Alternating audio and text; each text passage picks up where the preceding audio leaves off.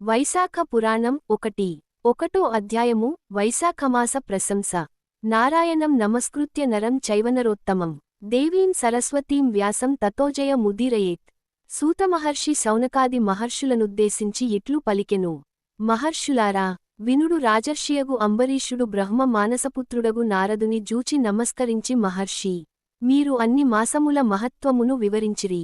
అన్ని మాసముల యందును వైశాఖ మాసము మిక్కిలి యుత్తమమైనది, శ్రీమహావిష్ణువునకు మిక్కిలి ప్రీతి పాత్రమైనదని చెప్పినారు. వైశాఖమాసము శ్రీమహావిష్ణువునకు ఇష్టమగుటకు కారణమేమి? ఈ మాసమునందు విష్ణుప్రియములైన ధర్మములేవి? మానవులాచరింవలసిన దానములను, వాని ఫలములను వివరింపగోరుచున్నాను. పూజ, దానము మున్నగు వానిని ఏ దైవము నుద్దేశించి చేయవలయును? వాని ఫలమెట్టిది? పూజాద్రవ్యములెట్టివి? మున్నగు విషయములను దయయుంచి వివరింపగోరుచున్నానని సవినయముగా ప్రశ్నించెను. నారదుడును రాజర్షి అంబరీషా, వినుమని ఎట్లు పలికెను. పూర్వమొకప్పుడు నేను బ్రహ్మను మాసముల మహిమను మాస ధర్మములను వివరింపగోరితిని. బ్రహ్మయు, నారదా, శ్రీమహావిష్ణువు లక్ష్మీదేవికి మాసధర్మములను చెప్పుచుండగా వింటిని. నీకిప్పుడు శ్రీమహావిష్ణువు లక్ష్మీదేవికి చెప్పిన విషయమునే చెప్పుదును. మాసములన్నిటిలోను కార్తీకము, మాఘము, వైశాఖము ఉత్తమములు. ఆ 3 మాసములలో వైశాఖమాసము మిక్కిలి ఉత్తమము. వైశాఖము ప్రాణులకు తల్లివలె సదా సర్వాభీష్టములను కలిగించును. ఈ మాసమందాచరించిన స్నానము, పూజ, దానము మున్నగునవి పాపములన్నిటినీ నశింపజేయును. ఈ మాసమున చేసిన స్నాన, పూజ, జప, దానాదులను దేవతలు సైతము తలవంచి గౌరవింతురు. విద్యలలో వేదవిద్యవలే, మంత్రములలో ఓంకారమువలే, వృక్షములలో దివ్యవృక్షమైన కల్పవృక్షమువలే, ధేనువులలో కామధేనువువలే, సర్వసర్పములలో శేషునివలే, పక్షులలో గరుత్మంతునివలే, దేవతలలో శ్రీమహావిష్ణువువలే, చతుర్వర్ణములలో బ్రాహ్మణునివలే ఇష్టమైన వానిలో ప్రాణమువలే, సౌహార్దములు కలవారిలో భార్యవలే, నదులలో గంగానదివలే, కాంతి కలవారిలో సూర్యునివలే, ఆయుధములలో చక్రమువలే, ధాతువులలో సువర్ణమువలే, విష్ణుభక్తులలో రుద్రునివలే, రత్నములలో కౌస్తుభమువలే, ధర్మహేతువులగు మాసములలో వైశాఖమాసముత్తమమైనది. విష్ణుప్రియమగుటచేతనే వైశాఖమాసమును మాధవమాసమనియునందురు. విష్ణుప్రీతిని కలిగించు మాసములలో వైశాఖమాసమునకు సాటియైనది లేదు.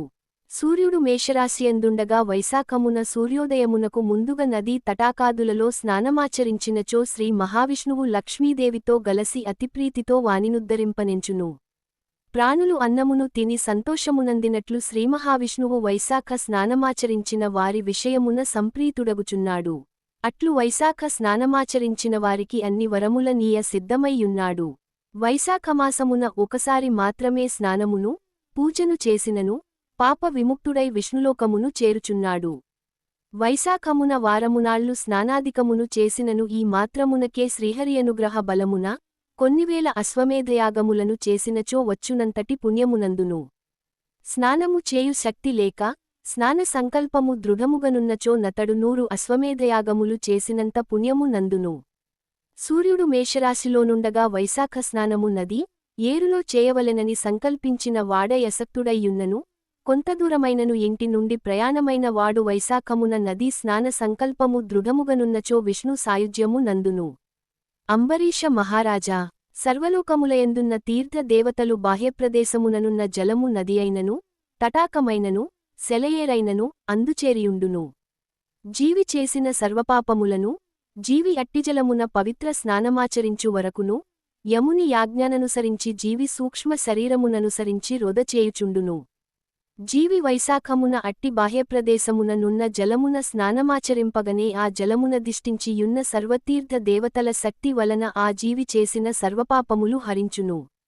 సర్వతీర్థదేవతలు సూర్యోదయమును మొదలుకొని 6 ఘడియల వరకు బాహ్య ప్రదేశమునందున్న ఆ నదీ జలమునాశ్రయించి యుండును.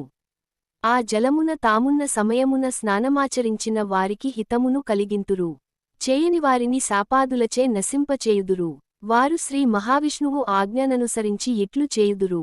సూర్యోదయమైన 6 ఘడియల తరువాత తీర్థ దేవతలు తమ తమ స్థానములకు పోవుదురు.